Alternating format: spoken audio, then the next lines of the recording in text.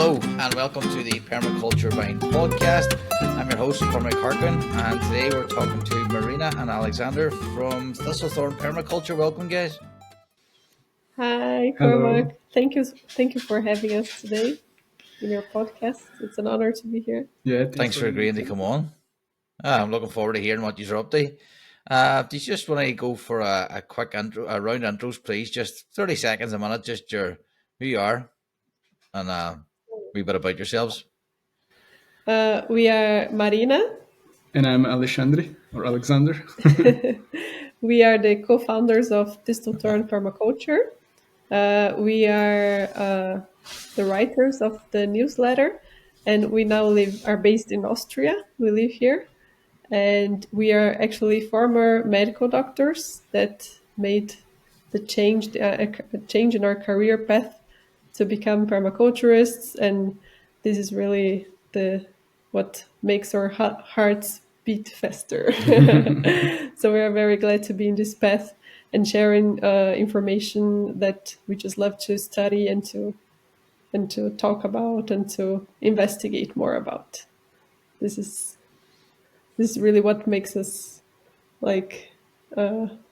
happy and inspired. Yeah, exactly. That's great. We'll get into that journey in a wee minute. But first of all, Marina, do you just want to go first and tell us when you first heard about permaculture? Well, I heard about permaculture because of Alexander.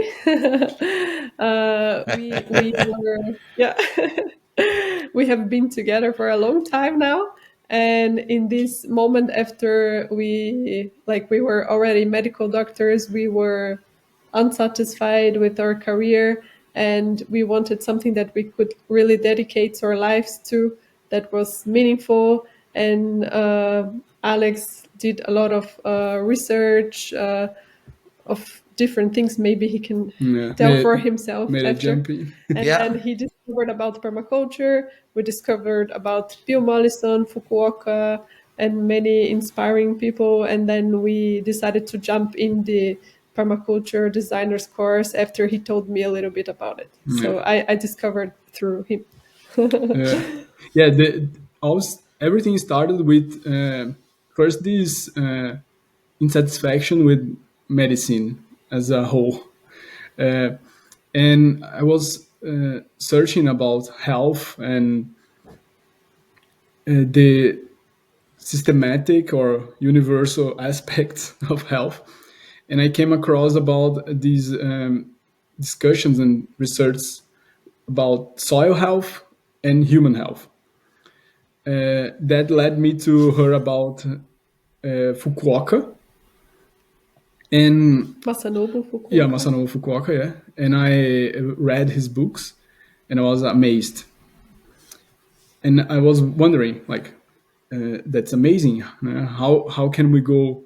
How can I do it? Yeah. Of course, he explained how he does in his book.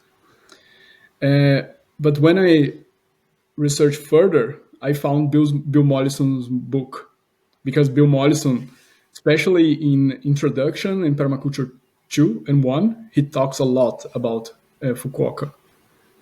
And I was inspired by Bill Mollison.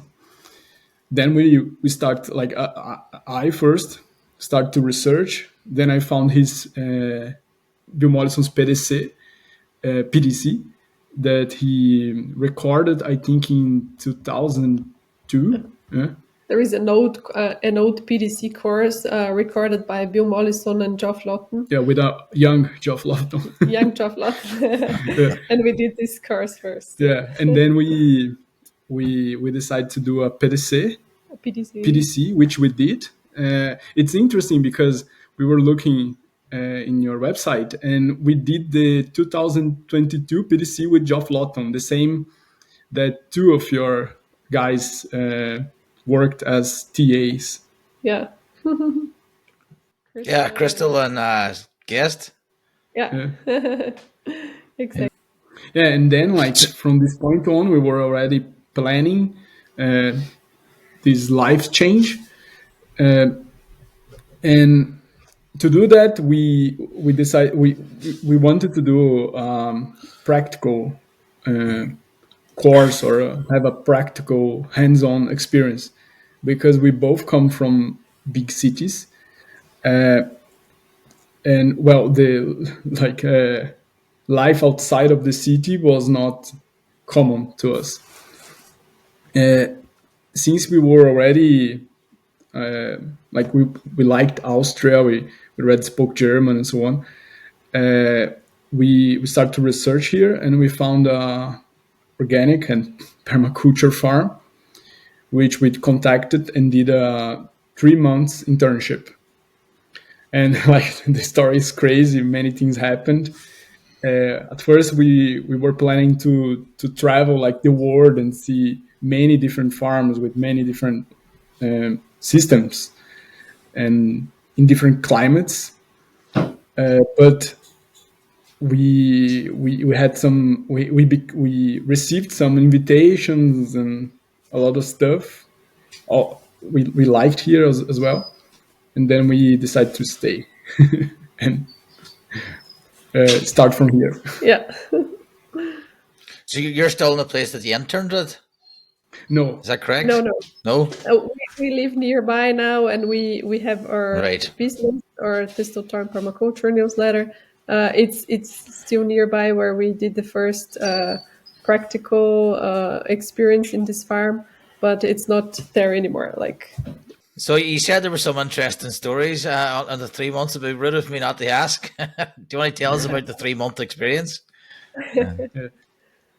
It was funny because we learned so much in this 1 year PDC with Geoff, and we had so many ideas. As Alex said, we were like city guys. We didn't have any experience before, so we had so many ideas of how it would look like a permaculture farm.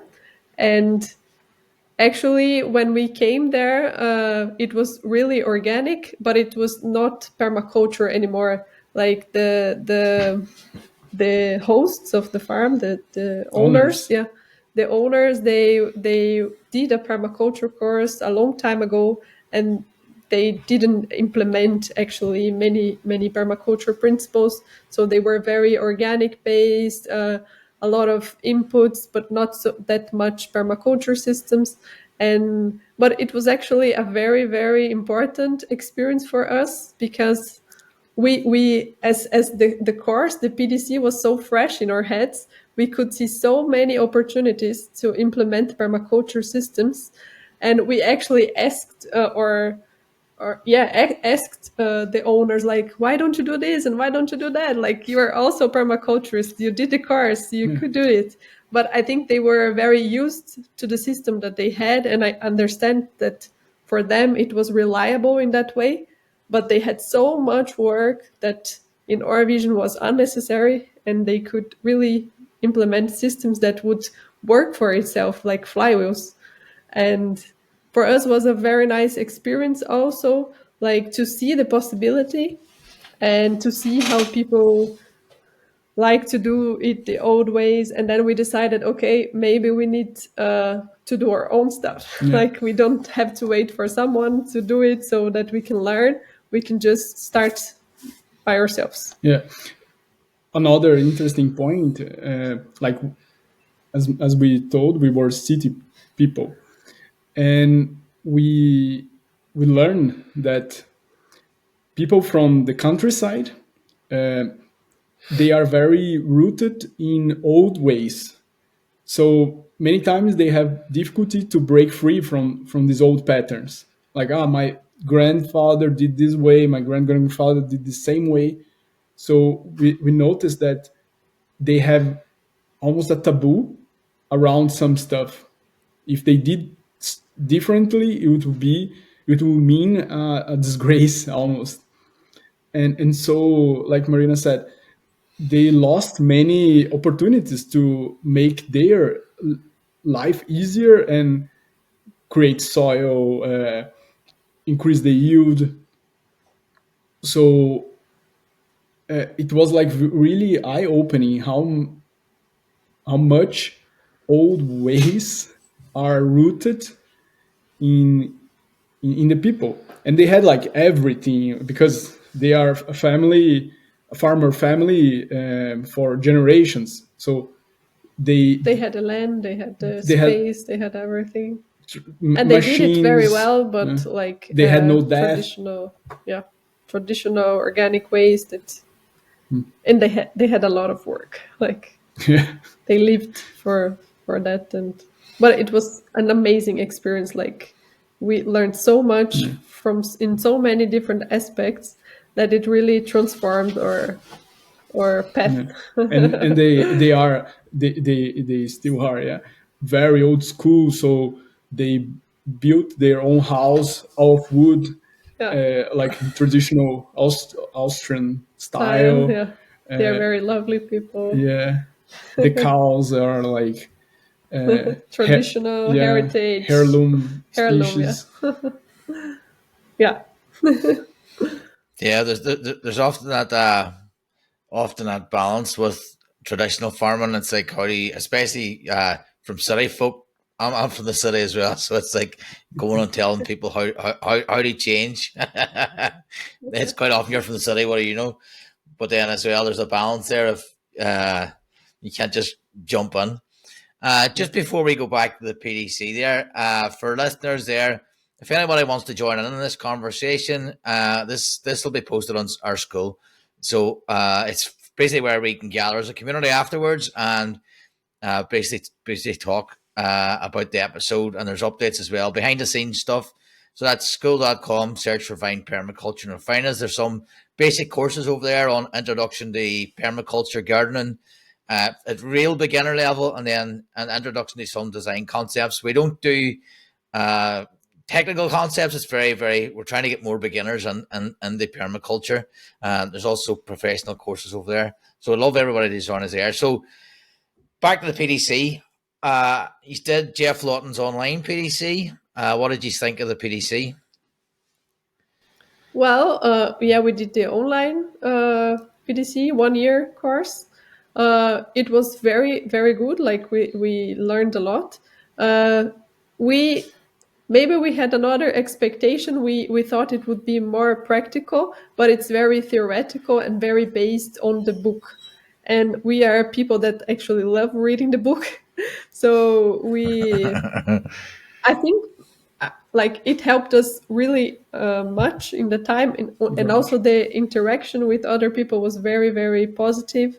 But it's very book based. Like if someone says, "Oh, I really want something practical," I would not necessarily recommend. But if someone says, "Yeah, I'm not into reading books, I would like to have a theoretical course," that's the perfect course. Yeah. Like so we learned a lot, but after we finished, we really wanted to put hands-on practice and learn for ourselves, so that we could really, we really think that you can only understand the important points when you really need that theory in daily life. So we really had clear to us that we should start something so that we could really learn and then also help others and talk about it in a more proper way. Yeah, we noticed that in Bill Mollison's book. I think there's some stuff that for them it's obvious. Like you do, like you take care of your garden this way. You make the maintenance this way. And for them, it's very obvious. But for someone who comes from the city, it's not obvious. Like how do I pick up a small plant, or how do I harvest? How do I prune a tree, or like without? How do I mulch? Like, okay, so I just cut some grass, and is that mulch? Like, what should I do? That like reality. Some basic steps that they just take it for granted. Like, you just do some mulch. Like, okay, so how should I do it? That is like very complete, very nice. Just like this, like basic like basic in the sense like really the first steps. Yeah, like basic steps. Like for example, when you learn how to drive, and turn on the car. Like, but how do you do that? Like for someone who never worked, like drove a car, like you take the key and you put inside the ignition and turn. Like for us, Yeah, well, I actually think it's the same as I told my son the other day. Just because you have a license doesn't mean you know how to drive. It just and you don't learn how to drive until you pass your test. Yeah. So I think that's the same with PDC. You get a PDC, yes, you know how everything works, but you don't know how it works until you go and do it. Yeah, exactly. Yeah, and for those listening as well, so we're actually going for us for those listening to the recording. If you go look at episode 105, it's a live episode, and it's actually live tonight as this recording goes. But we're going to talk about PDCs and all the different PDCs, why take a PDC. So for anybody listening, check out episode 105, a couple of episodes back, and that'll be good if you're wondering about taking a PDC. So I agree with you. I found just BBC a lot of lectures, but it was good that it was spread out online, so I could do it when it suited me. So if I had an hour here and an hour there, especially with young kids, I could sort of manage it. And I was actually listening to some lectures whilst I was feeding the baby, so it worked out well for me. But again, you need to go and follow that up with some practical experience, which you have done as well. Great that you went to somebody else's farm for 3 months. And then, do you want to take us from leaving the 3-month internship? What did you do next after that then? Do you want to start?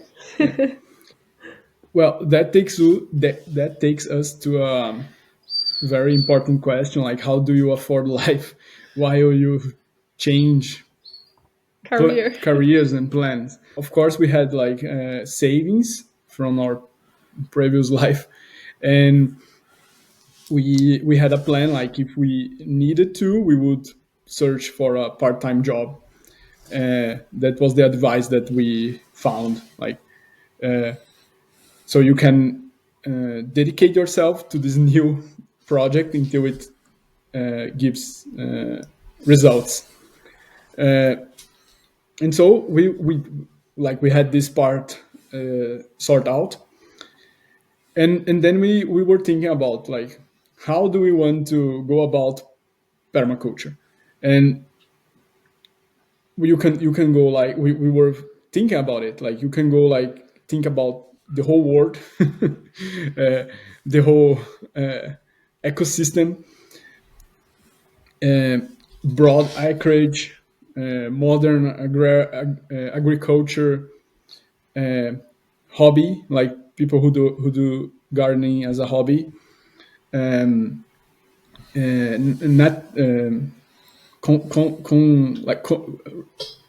I forgot the name in English. Protect nature and restore nature. Conservation. Yeah, like there are many projects in all over the world that they do that, like transform monoculture forest into polyculture. Like there is this whole rewilding of nature movement now. Mm-hmm. Rewild. Yeah, rewild. And but we decided to go about the backyard, because we based on Bill Mollison and Geoff Lawton as well. They say basically that backyards are a golden opportunity. Like they start with small trials and expand. So we decided to start a newsletter to talk about, to write and show people how to do it in a easy way, pragmatic way, like a recipe. Like you have a base recipe that you can try and it's proven because someone did it. And based on that, you learn the principles and iterate on top of that, like an experiment. It's an open-ended. And we start the newsletter as a meta for a business model, how to reach people, how to serve people. Yeah. And we since the beginning we knew that we had to do it for ourselves, so that we know that it works and that we can tell how people can do this. And then that's why we, like, since the beginning, since we moved here, we found a place to garden here, and we did our own garden. Like, we have our own garden. This is already like more than 2 years that we've been gardening for ourselves, raising all the seedlings, making all the compost, all the mulch, all the design, like planting the trees, perennials, everything that we talk about in our newsletter, we do for ourselves. And we did, like, in many different places also, so that we can implement systems for other people. Like, not all the places that we implemented are ours. Like, we don't own necessarily a place, but we did it for other people so that they can also use it, so that we had the experience to implement these systems and know how it works. And, like, for example, now we have, as our social media, we're a lot on Twitter, and we post a lot about our own gardens also there. Like, this is our case study for all that we talk about in our newsletter. And that's why we decided to focus on backyards, because our own little small gardens have revolutionized our lives. And like Bill Mollison said, and we totally agree, this is the starting point for a revolution, because when you do a garden, you learn so much, not only about gardening, but about ecosystem, food cycles, food security, water. Like, it's everything connected. You cannot separate. And like Alex said, backyards are like the small cycle in itself. It's like the minimal viable garden. You could expand, like, many small backyards would be a farm, you know. Of course, it demands a little bit more work in other aspects, bureaucratic and stuff. But if you know how to do a backyard work, it's much easier to make a farm work. Yeah, and like Bill Mollison, like not only Bill Mollison, like there is this research about how productive a site is. And they found out that between, I think, 100 meters and 5,000, I think, 5,000. 100 quadrat meters to 5,000 or 2,000, I think. 2,000. Right? Yeah. Now the number. I do not remember. I do not remember the number, but it's like between. I think it's. Yeah, I think it's around that. I must check again, but it's around this one. They say that's the most productive size of a farm, because you can have the input, the human input, to create the interactions between the elements to multiply the yield. So theoretically, it's much better in terms of yield to have 1,000 quadrat meters farms than a huge farm. Yeah. Like, because then you do like broad acreage strategies that you lose yield, because you don't have the energy or the time to take care. So we were based on that information as well. Yeah, like we see the garden as a ecology that sustains itself, and it's like a modular element. And if you think of a farm like many modular elements together that are all self-sustaining, you can make like a wonderful project. And not only Bill Mollison, some Fukuoka say as well. I think I think Fukuoka said in his book that 200 quadrat meters is enough to to feed one person, but it's a very specific system, like with rice and like this Japanese style. Agriculture. But yeah, like they say you can do it, and we are after this information. Yeah, I would say that the urban gardens is where the you can make a lot of impact, especially in terms of if you add in the community factor. So if you have a small plot, like I'm on less than a tenth of an acre, so I can't grow all my own food, but the conversations I've had with neighbours, so the neighbours pass by and the neighbour's kid takes an apple every day from the front garden, and then it's having that mix of trying to support your local community, your organic or permaculture agricultural. So a mixture between urban gardens. You grow a bit, you create the correct what do you call it? The correct environment. But yes, you can't grow on your food, but then support someone else who is growing their food or can grow meat if you're a meat eater. So you don't necessarily have to have a cow, but go support a butcher or a farmer that does that. So I think it's a good mix, and I think there's a lot. I think it's like something like 95% of the world's population lives in an urban area. Yeah. So there's a lot of impact to be made there. Yeah, like I watched. So what you have your own yard? Yeah, go ahead. Just to add to that, like the community effect, we watched the documentary about I think it's an institute in New Zealand. They call like community hubs. They focus on. It was founded by a lady, and she worked in social service, social care. Taking care of like homeless people or people who are homeless for one reason or another, people who lacks food as well because of social and economic situations, and they created a social kitchen. But the hub element, they talk with people in the community, in the neighborhood, which have backyards or yards that they don't use for any other reason. Maybe they work too much and or it was just a lawn that they had to take care of. Exactly.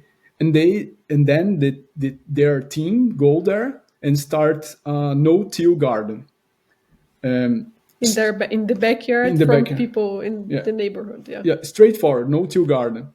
And the family who owns the yard, the lawn, can take all the food they need to eat, but just to eat. And the surplus they take to use in the social kitchen. So in a urban environment, of course, it's not a big city. It's like a suburb, like we call houses and so on. They garden like I think 2 hectares, like, and they plant all the food they need for the social kitchen. For the social kitchen, and they offer support for I think 1,000 families. It's like a lot. It's a huge project. It's a huge small project. Yeah, and they really became a hub. Like people go there together. Build community. Yeah, I was like, man, this is amazing. And she's just doing like no-till annual crops. Like the potential for expansion is so perennial. Yeah, that's all. That's a great way of gardening and feeding people.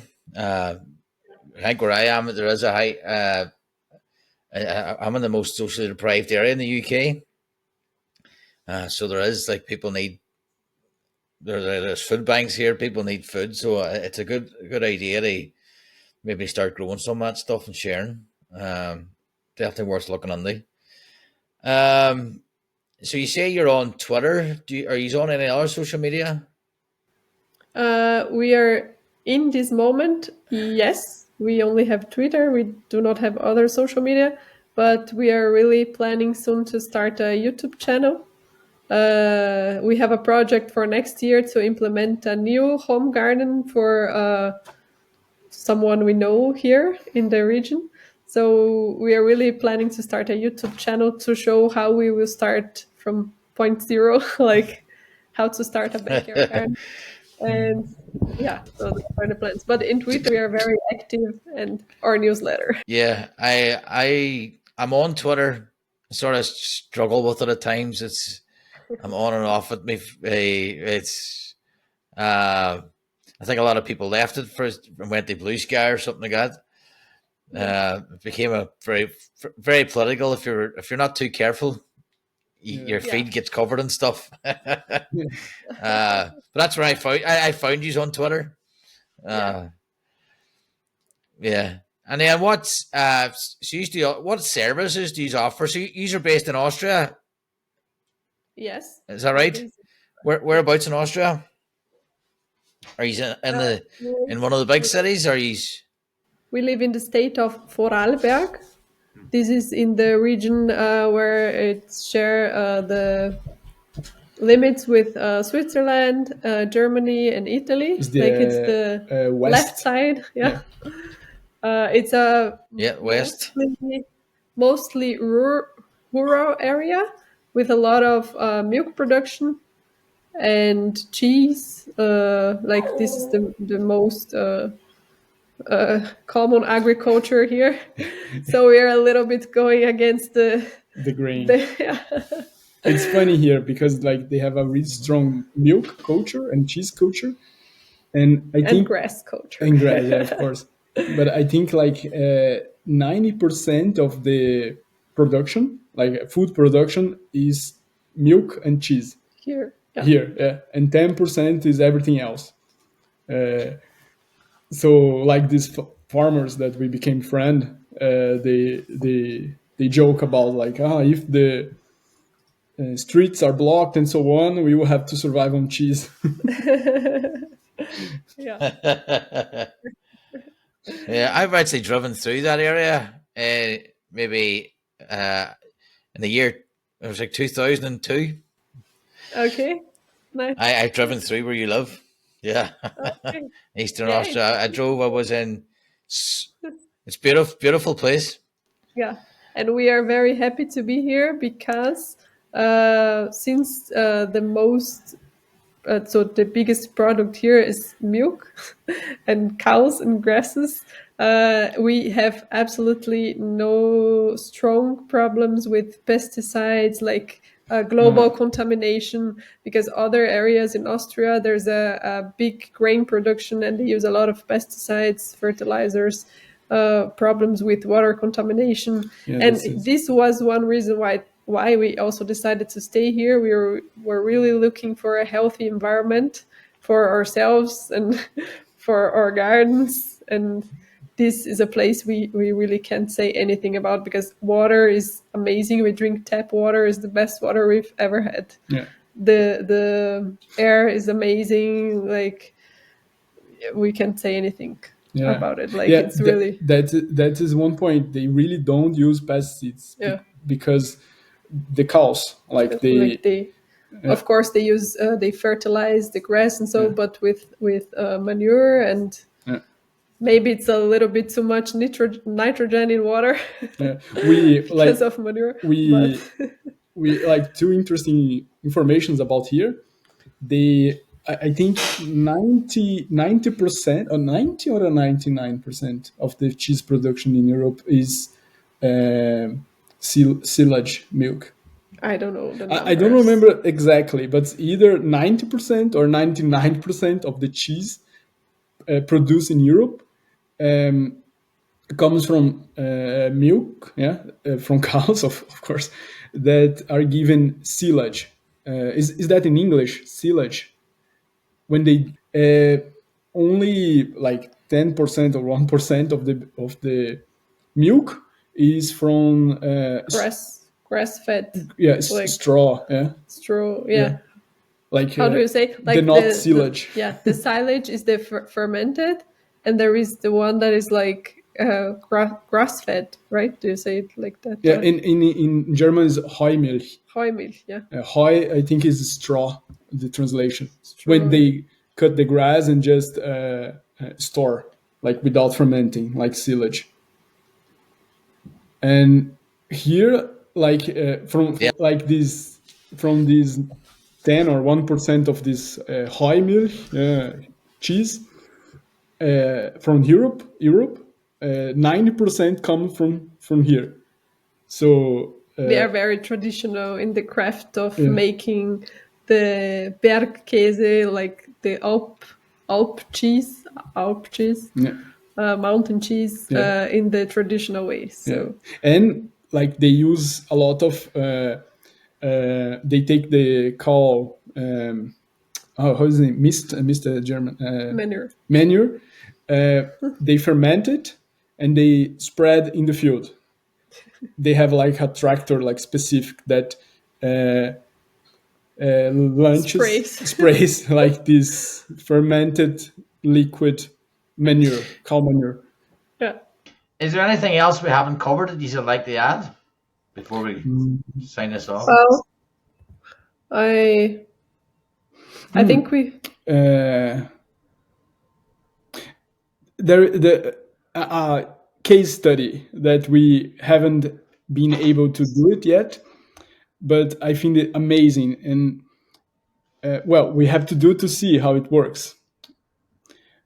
Like we said here, there is like this cow milk industry that's very strong, and they do this fertilizing with the manure. And we like also here it rains a lot, so and the Boden soil, the soil is very clay rich. So we thought that doing aquaculture would be perfect, and we were talking about it, and that would be like a perfect example of the problem being the solution, or an open niche that no one has already tapped into, that we could like create a huge yield. And we were thinking about like building a pond, which like this nitrogen rich water would come and create azolla, and that could be used to make compost or like anything with the nitrogen fixing tree. And that is interesting because we talk about this fact with many farmers, and this nitrogen leaching out is already become a problem.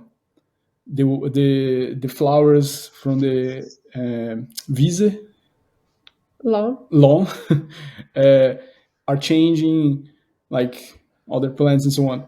And that is like one of the things that we love about permaculture, thinking about outside the box and creating flywheels or systems that in each revolution make the result easier to achieve. And that is what we are trying to talk about in backyards. Yeah. Like our newsletter is really focused on how to create these flywheels in your backyard that are scalable, mobile, modular, and anti-fragile, as we call it, because we really believe that you do not need a farm to start a revolution. You can start small in your backyard, and doing permaculture is the much better way to start, because it is sustainable, it considers the ecology, and it's not only a theory that like a theory for gardening, it's a prototype for life. So it's a whole system. And that's really why we dedicate like our lives now to it, because we really see how meaningful it is and how much potential it has to really change for the better. So that's really part of our life mission. That's why we're here. Yeah. Class. And you just want to again just share your Twitter handle What's your Twitter handle? Yeah, at Thistle Thorne _TT. Great. And I'll share that in the description notes as well. Guys, thank you very much for sharing. It's great to hear from someone from Europe. It's been really nice hearing your story, and I hope to keep in touch with you.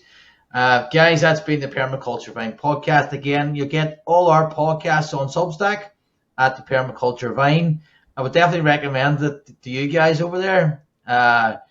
It's a bit of a change from the sort of blasting of everybody. So you can write blogs, you can share a lot over there. So I've moved there now. I know a number of people have. It's a welcome gap from Instagram and Facebook. So it's great over there. And then as well, we have our school. So the link will be in the description if you want to learn about the basics of permaculture, some principles, and just chat about this episode and ask any questions. We'd love if you guys join it as well. So that's been the Permaculture Vine podcast. Marina and Alexander. That's from Thistle Thorne Permaculture. Guys, I'll see you in the next one. Cheers. Thank you so much for having us. Thank you.